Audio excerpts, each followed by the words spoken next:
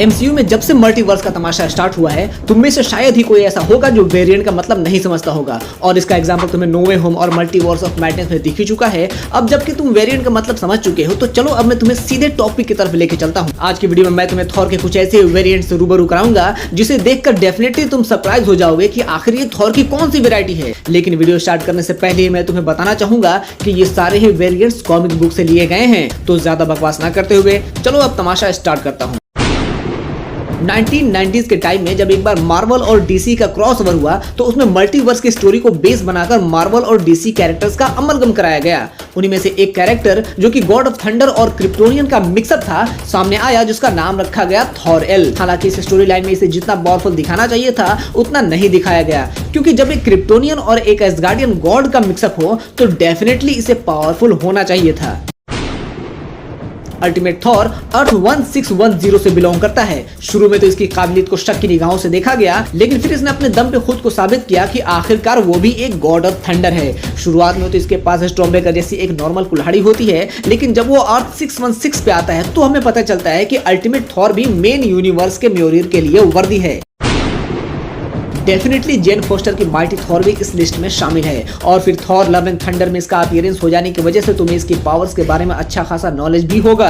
लेकिन comic book में इसकी ओरिजिन थोड़ी सी डिफरेंट है। Comic book what if issue 10 में जब Jane Foster doctor Donald black को ढूंढने निकलती है, तो उसे डॉक्टर तो नहीं मिलता, लेकिन उसे मिलता है म्योनिर। म्योनिर उठाते ही उसमें ऑलमोस्ट थॉर की सारी पावर्स आ जाती हैं और वो बन जाती है माइटी थॉर।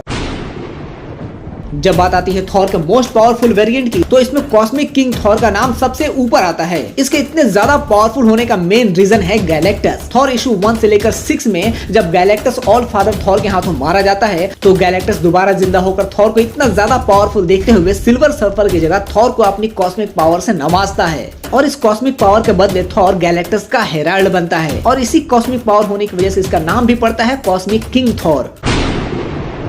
वैसे तो आमतौर पे वोल्स्टैग हमेशा ही थॉर की तरफ से लड़ाई में उतरता है, लेकिन एक बार फ्लो में वो म्योनिर उठा लेता है, जिसकी वजह से उसके पास मिस्टिकल पावर्स आ जाती हैं, इंक्लूडिंग एंटी फोर्स, और इसे नाम मिलता है war Thor. The power of war Thor was strong enough to destroy a whole planet. Unfortunately वो इतना पावर संभाल नहीं पाता और रेजफुल होकर अपने ही दोस्तों पे हमला शुरू कर देता है।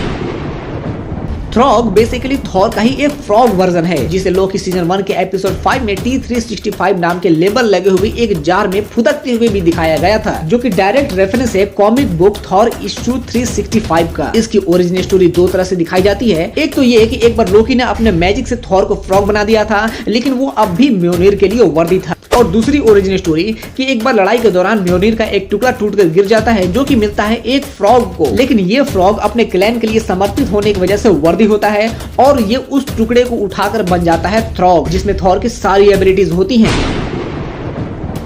कॉमिक बुक में सिविल वॉर के क्रॉसओवर के दौरान दूसरे अवेंजर्स से लड़ाई के लिए आयरन मैन थॉर का एक क्लोन बनाता है और उसका नाम रखता है रैग्नारॉक। रैग्नारॉक थॉर के पास थॉर की पूरी फाइटिंग एक्सपीरियंस होती है और वाइब्रेनियम और एडिमेंटियम से बना हुआ एक म्योनिर भी। लेकिन ये म्योनिर मिस्टिकल नहीं होता और ना ही इस थॉर में एसगार्डियन स्ट्रेंथ होता है, जिसका खामियाजा ये भुगतना पड़ता है कि हरक्यूलिस इस नकली थॉर को इजीली डिफीट कर देता है। नो डाउट कि बीटा रे बिल थॉर का सबसे पहला और सबसे फेमस वेरिएंट है। अपने लोगों के लिए जान की बाजी लगा देने की वजह से ये म्योनिर के लिए वर्दी तो है ही, साथ ही इसमें थॉर की ऑलमोस्ट सारी पावर्स हैं, जैसे कि God like strength, effective immortality और सुपर ह्यूमन स्ट्रेंथ। बीटा रे बिल हर तरह के हथियार चलाने में माहिर है, यहाँ तक इसने ट्विलाइट स्वॉर्ड का इस्तेमाल करके सर्टर द फायर डेमन को मौत के घाट उतार दिया था।